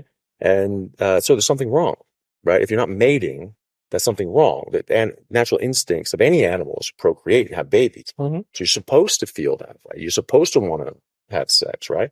And so they were trying to suppress that. And the way we do that is put them on a plant-based diet because it suppresses your hormones. It damages your hormones, makes you unhealthy. And so your body just says, yeah, you can't have kids. This isn't safe, right? And so that was going throughout the 1800s. And then the Seventh-day Adventist Church, they actually codified this in religion and said, no, actually God said we can't eat meat because it causes lust, and lust is a sin, so stop doing that. One of the Seventh-day Adventists, John Harvey Kellogg, grew up to be Dr. Kellogg, extremely famous doctor in America. Presidents went to him, Carnegie went to him, Rockefeller went to him, Henry Ford went to him, movie stars went to him. Very famous guy. Anthony Hopkins played him in The Road to Wellville, which is a movie, and he's quite a lunatic of a guy. But he, came up with Kellogg's cornflakes with his brother. in order to suppress sexual urges. That was the idea, was to replace meat products with plant products to suppress sexual urges and masturbation. And this is where breakfast is the most important meal of the day comes from. That was from cornflakes. And they're trying to say, ooh, eat this first so you can suppress your sexual urges throughout the rest of the day, right? And so, and they started the whole processed food industry. The Seventh-day Adventist Church later started 20 more cereal companies, including Sanitarian Foods in Australia, which is the largest cereal manufacturer in Australia.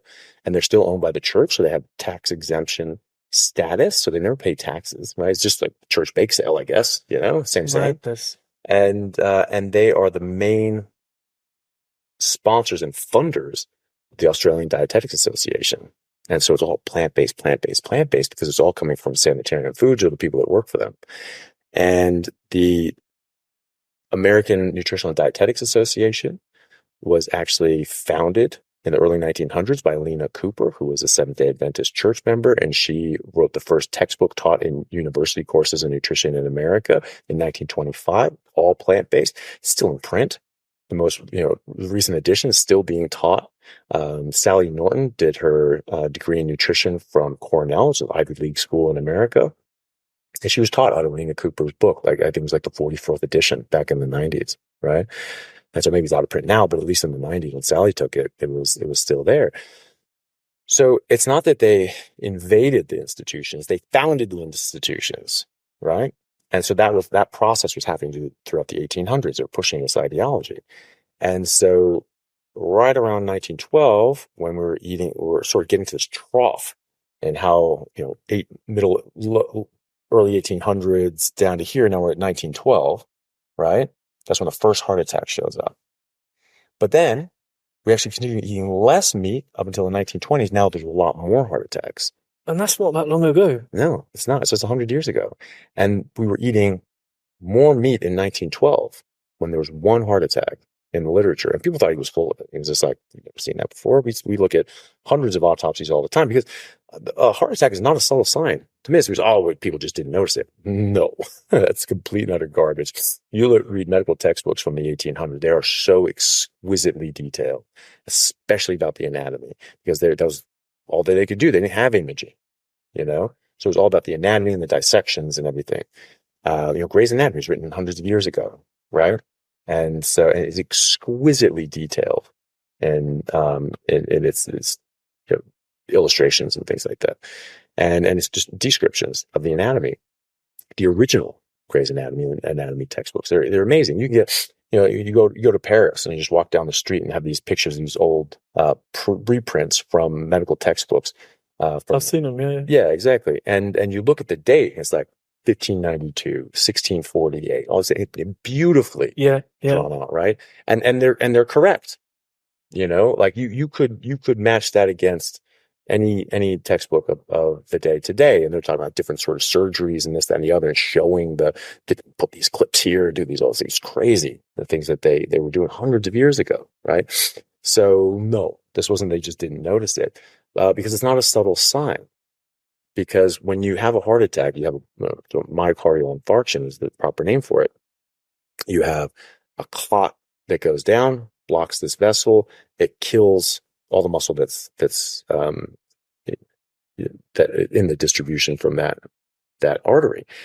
And so even if they died of an arrhythmia right there, you have this darkened, miscolored patch of muscle in the heart. It's very clear and obvious, right? But if you survive, oftentimes what happens is that weakened muscle is so damaged and weak, it actually ruptures out and you die of a cardiac tamponade. So blood just gushes out of there. I'm like, you have this big gash and rip the side of your heart. You're going to miss that. Like, I have no idea what this is. You just didn't understand, what was going on until 1912, right? No. Or you survived that and it scars down to this thinned out white scar. You're going to miss that? And what about when that scar ruptures? You're going to miss that? I mean, these are very blatant signs. Yeah. We were thinking that, we just didn't notice it. I mean, you go back to Da Vinci. He has copious anatomical dissection, medical records and things like that. And they're exquisitely detailed. Now, he was just an idiot, obviously. Da Vinci invented a helicopter 500 years ago, but yeah, I couldn't understand how the heart exploded. That's why it's called a heart attack, because it looked like the damn thing exploded, right? It looked like someone attacked the heart, stabbed it. What, right? The first one recorded in 1912? Yeah, that's why I called it a heart attack. It was just so violent, right? And so it's not something you miss, right? Mm-hmm. And you made your name as a doctor by describing new diseases and new pathologies. And that's how you get your name in the record book, right? Like Alzheimer's disease, that's named after Dr. Alzheimer's, right? So he described the first case of this, neurodegeneration, advanced neurodegeneration in an elderly patient. It was a single patient. It was just a case report at a medical conference, right? The first case that had ever been described. And other people are trying to describe things because they want their name, in history, right? Guess when that was? When was Alzheimer's disease? When did he get that first patient? I'm guessing somewhere after 1912. No, close. It was 1906. Okay. Right?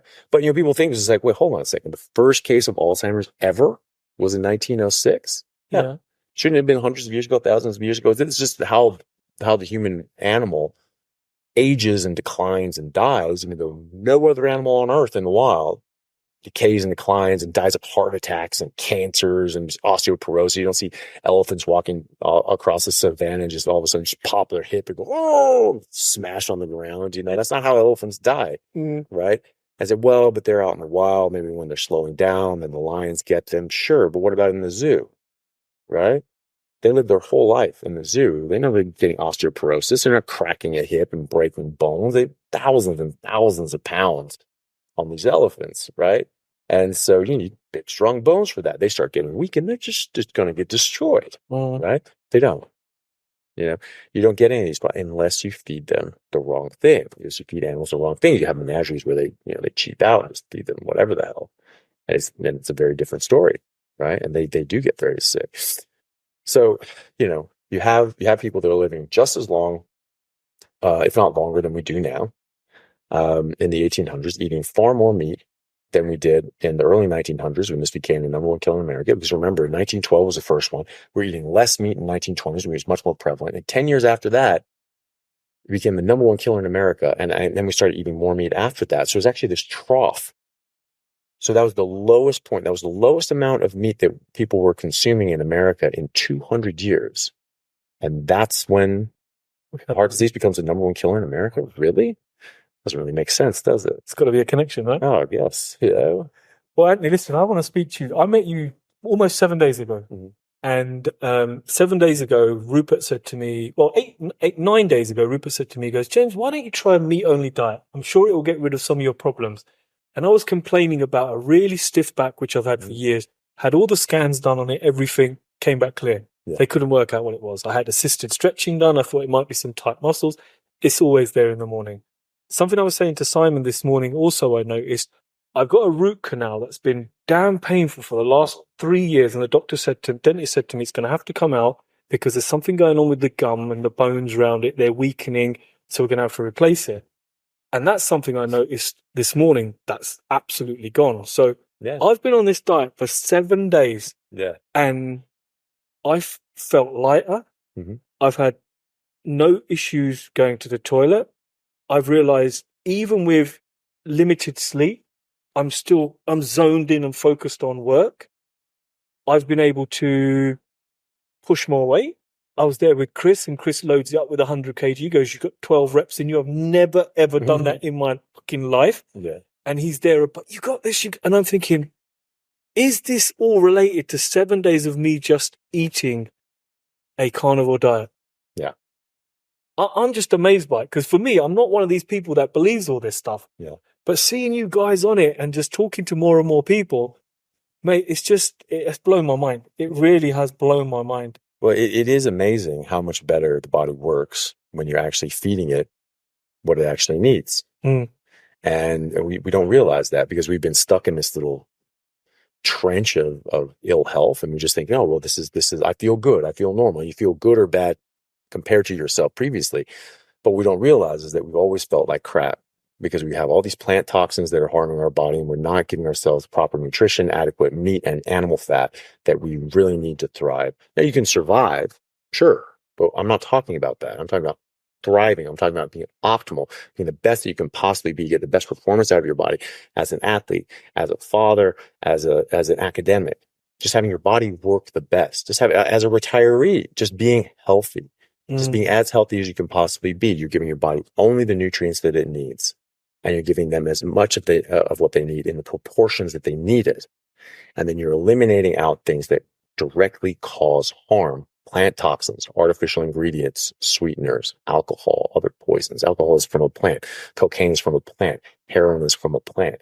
These are all toxins. You get rid of those from your body starts working better. You start detoxifying, right? It's funny. And so it's almost like that's why they named it that, you just get these toxins out of your body, and all of a sudden your body's not toxic anymore. And that's the thing. I don't think these diseases are diseases per se. I argue that they are, I don't think that the so-called non-communicable chronic diseases are diseases per se. I think they're a combination of toxicities and malnutrition, toxic buildup of a species-inappropriate diet, and a lack of species-specific nutrition, namely too many plants and artificial ingredients that were not biologically designed to eat, so they cause harm, and a lack of essential nutrients and meat and things like that that we are designed to have. So basically too many plants and artificial garbage and not enough fatty meat. And when you reverse that, you get rid of the plants and all the other toxins, and you only eat fatty meat, people's lives dramatically change. I mean, I've seen people reverse diseases that are said to be right now irreversible. Lupus, Crohn's, rheumatoid arthritis, multiple sclerosis. I've seen people get out of wheelchairs and start having a normal active life again.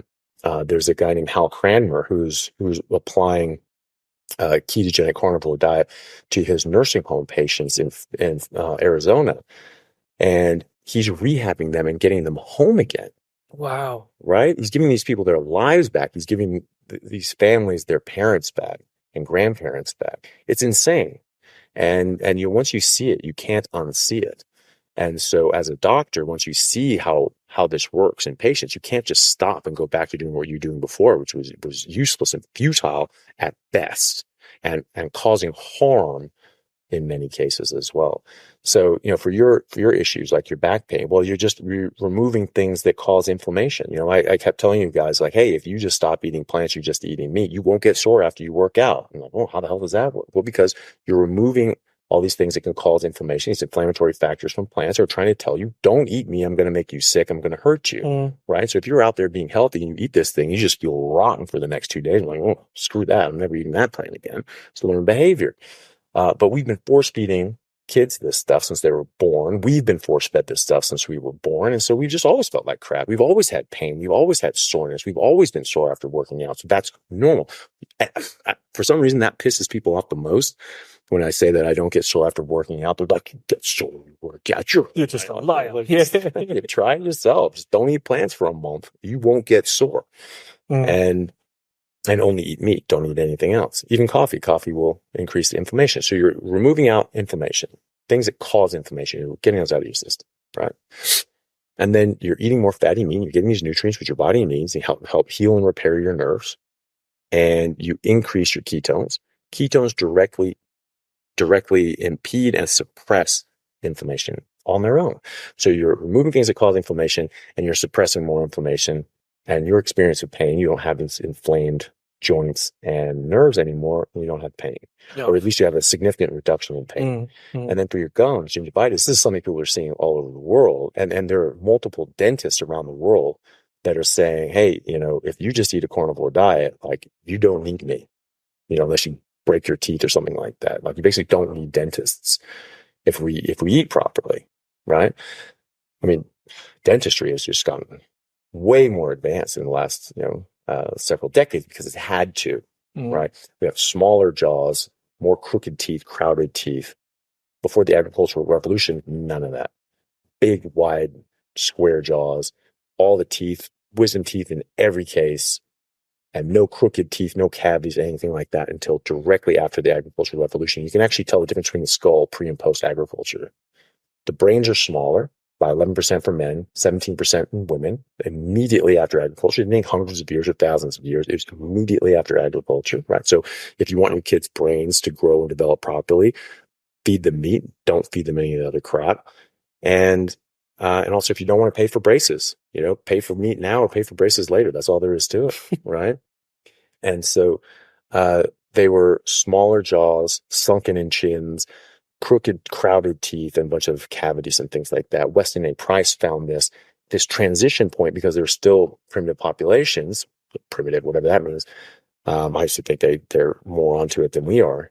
That when they're transitioning from a standard diet of eating a lot of animal meat and fats and things like raw milk and things like that, when they transition into more agricultural food, and this is very beginnings of processed foods, so it's still mostly whole foods, but just agrarian foods, that he could see in real time in generations and even siblings in the same family. This one just really wanted to eat this other crap. This one was happy to eat the traditional diet.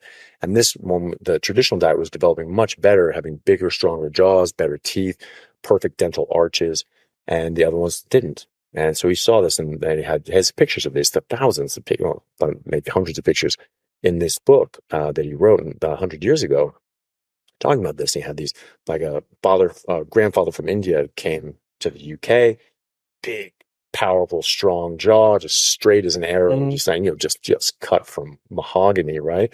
Or teak. And then his son, for looking at the profile there, it's like, then grandfather was here, and then the son was just a little bit back, and a little smaller face, pulled in, sunken jaw, and then the grandson was just like, all the way, little like no chin people, and and it was the same family, right?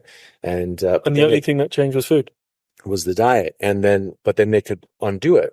So the next generation, okay, give your kids a whole bunch of raw milk and eggs, because he Weston A. Price, Dr. Price. It was now the Price Pottenger Foundation, or the Weston A. Price Foundation. The original one was the Price Pottenger Foundation. What he did was he thought that this was likely due to these fat soluble vitamins that they just weren't getting because they weren't eating animal fats. And that's true. That's now in the dentistry journal. That's published in the dentistry journals, that for proper jaw and hard palate development, you have to have certain fat-soluble vitamins that only occur in animal fats. Like vitamin D3, you get D2 from plants, no good. Vitamin K2, you get K1 from plants, no good.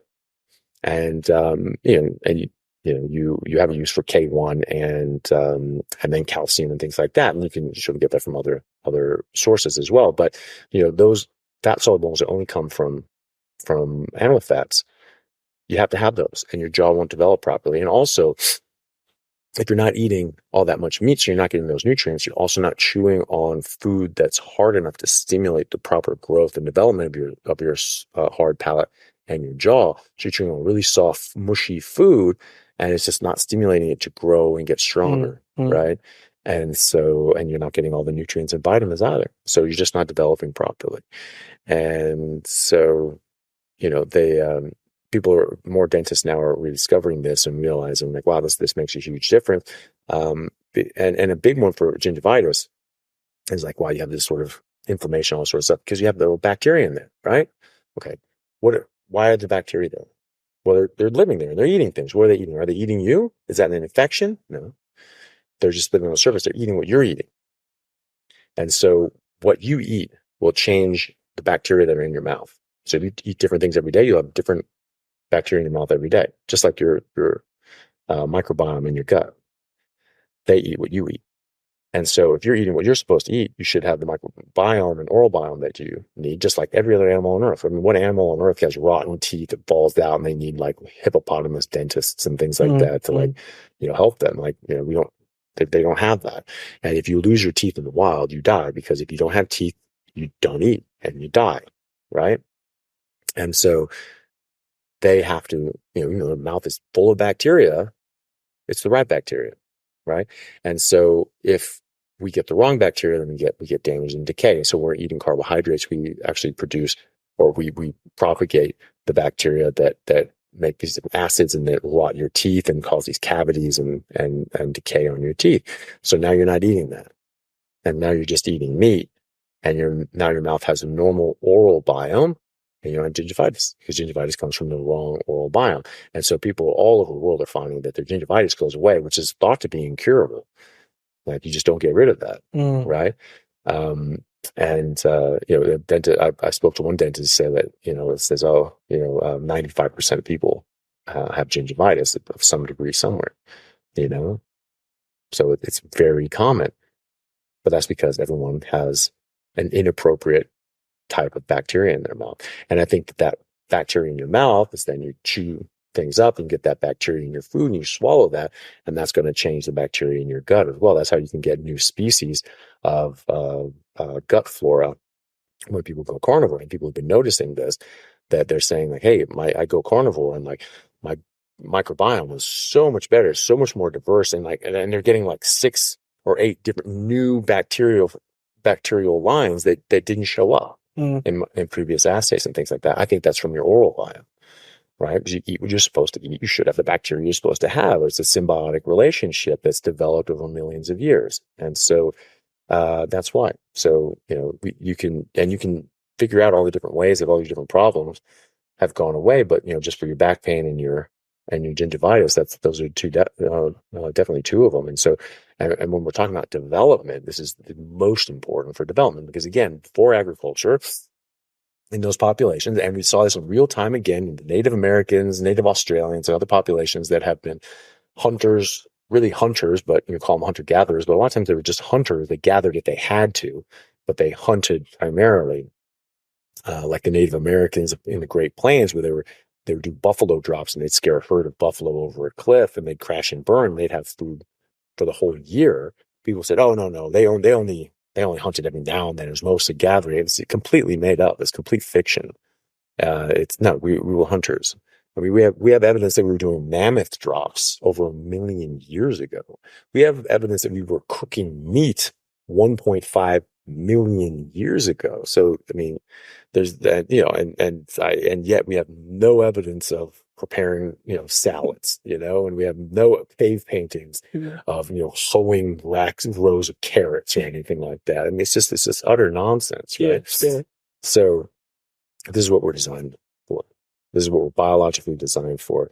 And like every other animal on Earth, if you eat to your biological design, you're going to work the way you're biologically supposed to work. Something you said over dinner last night as well, like you said, eat till you're full. Eat till your body says, I don't want any more of this. Yeah. And I said that to you last night. I'm eating, and I had about this much of the egg left, and I couldn't eat it. My body was just saying, I don't want this no more. Yeah. And you said, oh, that's pretty normal. So you should eat until that's it. Yeah. You're full. That's it. Well, like every other animal on Earth, I've never seen a koala pull out a calculator to figure out its macros, right? It's just like they eat. They're just eating these leaves. And, and people will say like, well, oh, that's because there's just so much scarcity. Well, really? Koalas sit in a tree that is their food and just sit there all day. They have no natural predators. They're just, just lazy, chilling out, just eating leaves, and something tells them to stop. You don't see koalas that are just like, oh, that one doesn't have any self-control. Look at that fat ass. It's just like, it doesn't do that, right? They're all basically identical as far as, what they look like and how much body fat percentage and things like that they have. Same with hippos, same with cows, same with horses. I say, well, but they're in the wild, so they're exercising a lot. I mean, again, koalas just sit in a tree. There's no exercise going on there. But what about animals in the zoo, right? Mm. They live in a box the size of this room, right? That's the definition of a sedentary lifestyle. And yet, I've never seen a fat lion. I've never seen a fat zebra. I've never seen a fat giraffe. They're in there. They look like they're on steroids. They're jacked, right? Yeah. And then there's no exercise, right? They're just standing there, sitting there, bored off their ass, right? Not just pumping iron like they're in prison or something like that. They're just sitting there. So but they're eating what they're supposed to eat. Do you reckon somebody who's way overweight can just get back down to normal weight just by having a carnivore diet and not moving a lot? Millions of people around the world are doing that right now. With minimal exercise? Yeah, well, but the thing is that there are many people that are so overweight and so unhealthy, they physically can't exercise. And so, I had interviewed a guy named Sean White, who's a really nice guy. And he has a YouTube channel. He talks about this and he showed his progression. He was extremely overweight to the point that he couldn't get off the couch. He lived on his couch for like 3 years. And he couldn't get up. If he was standing for more than 30 seconds, his legs would start going numb. Wow. Right. And, he couldn't work. He couldn't get off the couch. And, but there was a certain point he became so obese and so unwell that he just couldn't get in and out of a car. And he was like, an ambulance driver and all that sort of stuff. He just couldn't do his job anymore. He went on disability, and then things got even worse after that. And the point that he was just on the couch, couldn't get off the couch. He lived there for 3 years. Yeah, I'm sorry, but he can't exercise. He's not going to lose weight by exercising. Like Peter Attia, who I have a lot of respect for, he said that, you don't need to worry about the diet. Like, you shouldn't be like, I think he was saying something about carnivore. You should be, before you start trying to fine tune your carnivore diet, it's like, can you do a pull up? It's just like, yeah, he can't, and there are a lot of people who cannot, and they're never going to be able to just by yelling at them, They have to fix their diet first, and they have to get healthier that way first before they can address the exercise. And so Sean did that. And he changed to a carnivore diet. And again, self-regulated eating, like every other animal on earth. You just eat until something internally tells you to stop. And I've realized in us, it's just taste. It tastes really good at first. And each bite tastes successively less good until finally it doesn't taste good at all. And we just want to stop naturally, which makes sense. What happens in nature has to happen naturally, right? And so he did that. And he started losing a lot of weight. And he got to the point that he could actually stand for a little longer. And his exercise, at first, all he could do was get off the couch and walk down to his daughter's bedroom door and walk back and lay back down. That's it. And so he started with that, and then he could do that more and more. He could do a couple reps of that, and then he could do more reps of that. And then he started being able to go outside and he could go for, down the driveway and then come back and then down the street and then come back and then around the block and all this sort of stuff. And now it's more and more and more. And now he's in the gym. He's lifting weights. He's going on runs. He's doing sprinting. He lost 250 pounds in his first year sitting on the couch. Jesus. Right? So yeah, it has to start with the diet. You're not going to do this with exercise. You have to do this, especially in those circumstances where people are just so unwell that they physically can't do it. There's a guy named Bill Knott who has a YouTube channel as well. And he found some of the stuff that, other people in the carnivore space, like Carrie Mann, who has a channel called Homestead How, who's doing a documentary called Healing Humanity. Basically, you just heal these diseases by, to be honest, and he reversed so many really serious issues, not least of which was debilitating mental health issues to the point that he was suicidal. And his family have all reversed all their issues. They've all lost hundreds of pounds collectively, like hundreds and hundreds of pounds collectively, and doing amazingly well, right? And so Bill Knott found him and found me and others, and he said, "Okay, look, this is what I'm going to do, and I'm going to try this." And contacted Carrie, like, "Hey, I'm going to try this," and and so they decided to use him in that documentary. And so they went up there and filmed him and talked to him. And I think he was 700 pounds, and he's been basically bedridden. He's able to get up, but he's so heavy and has so much weight in front of him like this that he can't stand up straight. There's so much weight pulling him down that he walks bent over like this with his hands on his knees, and he takes a step and like that. He could only go about 4 or 5 feet over to the toilet. He has a toilet. He has this one room that he lives in his house up in Alaska. And he has his bed 4 feet away from the toilet. And that's as far as he can go. He can make it to there once a day. That was all he had the energy and ability to do, was get to the toilet once a day. And he started going on a carnivore diet. I mean, so he's not doing any push-ups or pull-ups, So unfortunately, some people do have to figure out the carnivore diet before they can do the pull-ups and push-ups. So it's sort of it's sort of an ableist sort of point of view, saying like, oh, you should not worry about your diet. You need to work out. That's the most important thing. Like, sorry, some people can't. And so you need to figure out your diet, and your workouts are going to be better or worse dependent on the diet that you're having. Yeah, exactly. You're going to get way more out of working out by eating the right thing and fueling your body. You can have a Ferrari and take all these stunt driving classes and everything like that, but you put diesel into a petrol engine, it's going to run like shit. It's not going to go anywhere, right? And that's what you're doing, right? So Bill is now down, I think, well over 200 pounds. And he's been stuck in his house for something like 7 years. He hasn't been outdoors in 7 years. He had to go to the hospital a couple of times. They had to like hoist him into a car and things like that, and take him in.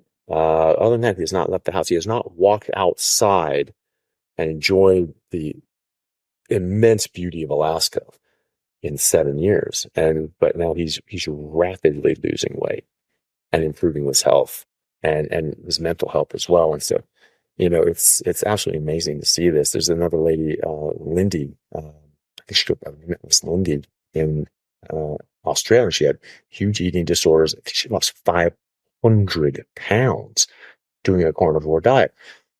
She's not doing pull-ups now. She's not going to be able to do push-ups now, but she still has another 200 to go. Wow.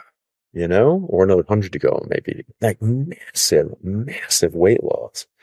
And you can't do that with anything else besides that, right? So yeah, you can lose massive amounts of weight with just diet alone.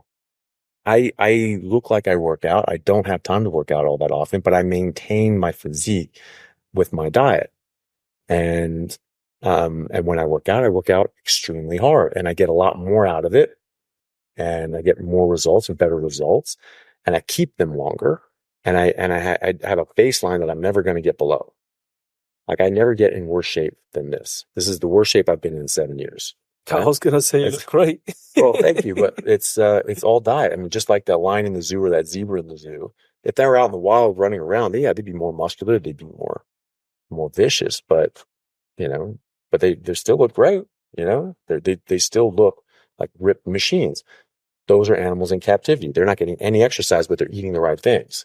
Well, this is a human in captivity. This is what we're supposed to look like without anything special. Now, I've worked out for years, and I've worked out very consistently and regularly for years.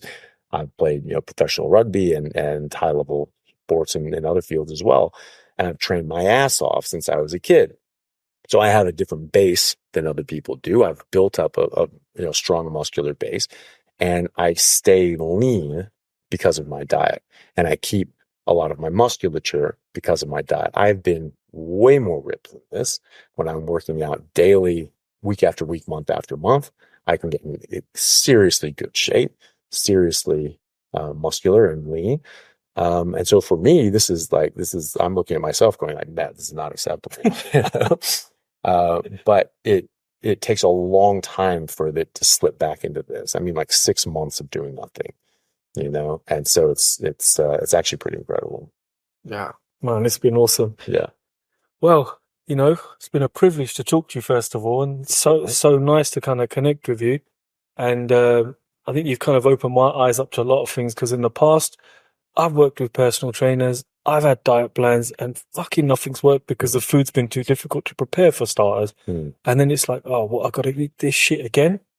And then here, it's just like, okay, I know I'm going to eat 2 things or 3 things. I'm going to have some steak, I'm going to have some eggs, I'm going to have a little bit of butter.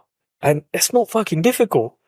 And I'm going to eat it until I feel full, and that's it. And if that's 2 meals in a day, it's 2 meals in a day. If it's 3 meals in a day, it's 3 meals in a day. Yeah. And, I've got to say thanks to you and Simon. You guys you've opened my eyes in so many ways. And I came to this Bali Time Chamber to have a mental reset. And you guys have given me a fucking reset on a whole new level. Oh, good. And your program as well. So anybody listening who wants to find out more about the carnivore movement, now these guys have got How to Carnivore, and it's phenomenal. Simon was showing me it's just a community of people that are sharing things that they're doing, and there's advice from people like Dr. Anthony, who's you've been an avid supporter of this for years, right? Yeah, Yeah. I've been doing this for 7 years now. No cheats ever. I never wanted to. No interest in it. Like I would fight my way out of a room to not eat broccoli, like literally, like Mm. that would happen, unless I was starving to death. I mean, that's the only reason I'll ever eat plants in my life is if I'm starving to death and I have no other option. Right. Wow. And that's what plants are for. They're starvation food. You can survive on this stuff. And so that's great. That gives a survival advantage, but it's not optimal. And so if I have, meat available, I'm not eating anything else. Right. And and I'm not talking about every meal, because if like I'm traveling or I don't have an option, I'd rather not eat than just eat garbage. And like I said, for someone with 6% body fat at 65 kgs, they have 150,000 kilocalories stored in fuel. And it's just like, and I'm, 105 kgs and I'm not 6% body fat. I'm running around 10% body fat. So I got time. Like, it's fine. If I don't eat this week, I'm fine. And so it's not a big deal. And look at Genghis Khan, the Mongol hordes. They horde their Mongol hordes, the Mongol horde, right? They were famously carnivores. They ate horse meat, drank horse blood, and fermented mare's milk, and they absolutely ravaged all of Europe and Asia. They carved out the largest contiguous empire that has ever existed, and they held it for hundreds of years until they started eating a bunch of plants and shit like that, because they started getting a taste for rice and other sorts of things. And then, things started to collapse, and there's other reasons as well. But they were famously carnivores, and they would go 5 days without eating, and then they'd eat 10 pounds of horse meat in one go, right? And this was a huge advantage in war, because they didn't have to stop to make meals 3 times a day. So you didn't have all these cook fires going up everywhere. So the other armies didn't know where they were. Oh, there they are. Okay, now a little closer. Oh, so they're going to be here in 3 days, right? You could time that. Mm-hmm. And so you had an idea of prepare. They had no idea. The Mongols just came out of nowhere, just bam, and then just on you, right? They had no chance to prepare. And they were much better fed. They were much better nourished.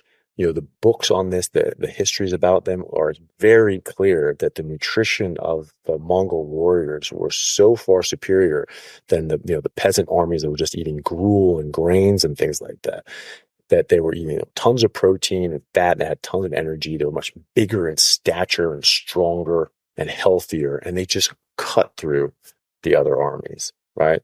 And so, and again, they went 5 days without eating, and then they, ravaging the countryside. And then they eat 10 pounds of horse meat and go do it again. Like, we're fine. Like, it's, go out to a meal and it's just like, oh no, that's all we have. It's like, fine, I don't need it. Or maybe I'll have the little piece of chicken that comes with it, and I won't touch the rest, or on an airplane, they come out with a sandwich and there's just like one piece of lunch meat and the rest is all plants and bread. And so, all right, well, I'll have the lunch meat and skip it. Or I generally just say I'm not hungry and just, go with it, or bring like dried meat or something like that, and cut up steaks and just put them in the food dehydrator, and it's just got steaks. Sweet. Yeah. If you cut against the grain, that's the pro tip. Okay. Get those grains very short, and then you dry them and you just chew them up, and they crunch up very easily. If they're long grains, it's like chewing on leather. It's very difficult to get that off. Wow. So Anthony, look, lastly, for anybody listening who wants to, operate on a higher optimum level, what's the first 3 things that they can do very, very quickly to get into this whole movement of carnivore diet? Well, I mean, they can look into it. Obviously, you can look at more podcasts. I have a whole YouTube channel and podcast. My podcast is called The Plant Free MD. Very aptly named, I think. Mm-hmm. And YouTube channel is just my name, Anthony Chaffee, MD, and I have playlists there that say, getting started on a carnivore diet. And you can look at carnivore for beginners, diet, fiber constipation and diet, if people ask questions, these sorts of things. You can look at the videos on how to do this, but you can also look at the videos on why to do this, why it makes a difference, why it's important. My lecture on plants are trying to kill you, why we are carnivores, the hard facts about carnivore versus vegan diets. This tells you why you're doing this and why it matters, and shows the evidence for this. And it has bibliography and reference sections and things like that, and links in there as well. So you can actually look and check. And I'm not asking you to take my word for it. You check out, like, this is what I do, and I have these results, and I feel good, and I'm going to keep doing this. And I'm basing this on certain things. Some of that's, my own education in biochemistry and biology and so on. Some of these are study related.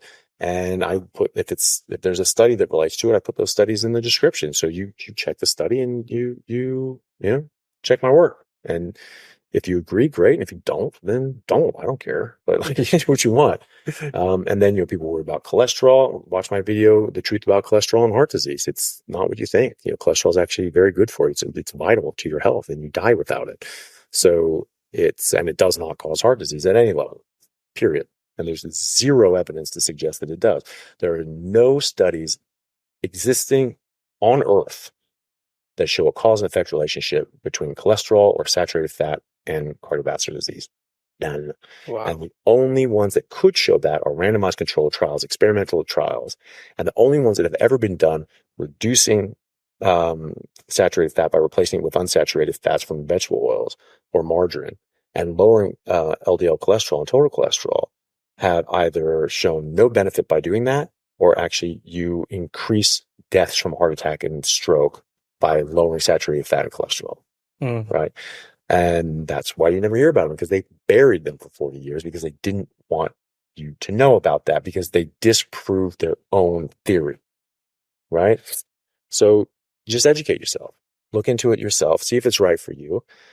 And then when you're ready to do it, you jump right in. Sometimes it's difficult if you have a family that's not really thinking you're just crazy. But if you're on your own or you're with people that are happy to do it with you, you just throw out all the shit in your house. You just throw it all out. It's just like if you're trying to quit smoking, don't leave packs of cigarettes around the house. Get rid of this stuff. So clear it out. Just buy meat, fatty meat, very high fat. It's more fat than you've ever eaten in your entire life. And then my videos that explain how to judge that. But it's a lot of fat, and we're all told never eat fat, never eat fat. So any amount of fat is going to feel like, oh my God, this is so much. But you just jump into it, educate yourself on it, understand it, that, think about this and make sure that it's something you want to try so that you're all bought in, and then just give it 100 days at 100%, and 100% carnivore, 100% meat and water for 100 days. And you see how your body feels and reacts. You can do it on your own. I have a lot of these online resources. Well, you have the challenges, but I have these online resources like on my YouTube channel or podcasts that are available for free. There are Facebook groups like Zeroing In on Health or Zero Carb Health. They've been doing carnivore for decades. And they have a lot of people that are very experienced. You can join those communities and see and ask questions and be a part of that. It's nice to have other people around you that are doing the same thing, because you don't feel like a nut job, and you see them, you're dealing with some sort of issue, and they're like, yeah, we all deal with that. This will get better. This is what you do, right? And sometimes what you do is nothing. You just keep going. Your body will get over it. And then, like you say, you have these online challenges like ours. You go to howtocarnivore.com. You can sign up for our 30-day challenge, but you can do it for 3 months or 6 months or 12 months, longer if you want. And there are people in there that have been on carnivore for years, and they just like being part of the community. It's run on school, and so it has a lot of different modules and learning courses and things like that. And you can work your way through these videos and learning materials that you can have. We have weekly Q&A sessions where you can ask questions, or you can learn from other people asking questions, and so on. So it gives you a more structured approach to doing this. It also gives you that community and that sense of belonging, that you're not a weirdo, and there's all these different sorts of, and you can ask questions in the community, and other people are really, really helpful in answering as well. Are vegans allowed? they are allowed. Like here in Bali times, they're not allowed. The thing is with vegans is the vast majority of them have the exact same intentions as you or I. They're just trying to be as healthy and happy as they can be. They're trying to help the planet. They're trying to do the right thing. Exactly the same motivations that I have. It's just that we've come to different conclusions on how to do that best. And so, in fact, the vast majority of people who follow my YouTube channel, my podcast, or have even been in our challenges have been plant-based vegan or vegetarian at one point, and then they just realize, like, I'm getting sick and my health is getting worse, and I need to do something else. And then they start eating meat, and they start exclusively eating meat, and their life changes dramatically for the better. And so you're definitely welcome. If you're a vegan and you want to check it out, and if you're interested in this sort of thing, it's a great place to start. And you can see, I mean, vegan trolls aren't allowed, and Yeah. we'll politely, we'll refund your money and send you on your way. But no, if someone wants to learn, everyone's welcome. It's the same motivations. We just want to be healthy, and we just want to be as healthy as we can, and do the right thing for us and our families. And anybody who's interested in that is more than welcome. Well, Andy, on that note, I think you're doing an amazing job, man. And I think you're going to help to save a lot of people's lives. I personally feel, when this message gets out there. And from speaking to you today, I only wish I'd known you kind of 4 years ago, because I think my mom probably would have been in a different position today, because we just didn't have this information. Yeah. And it's a hard fucking pill to swallow because we were so close. But if this podcast helps one person and they think, shit, my parents are going through that, or I'm going through something like this, let me flip up the diet and see if it changes. I think the last 1.5 hours is damn worth it if it helps somebody like that. I hope so. Yeah. And there are a lot of people that have been helped by this, which is why it's, I still do it. This is not my job. Like, I have a day job, and I work, quite long hours, and I do this sort of things, at 8, 9, 10, 11 o'clock at night after I finish work, and then on the weekends, and then in my spare time, and I'm up at, until 2 a.m. answering emails and booking things, because it's important to me, and I see it helping people. And like I said, once you see it, you can't unsee it. And so once you see this help people, once you see this improve people's cancer outcomes and metabolic issues and diabetes, and just and we have clinical trials proving that you can reverse type 2 diabetes with a high fat, meat-based ketogenic diet, from Virta Health in America. And then Virta Health published that study, and that trial is an experimental study. And then they have now gone on to treat and reverse over 25,000 cases of type 2 diabetes just themselves, right?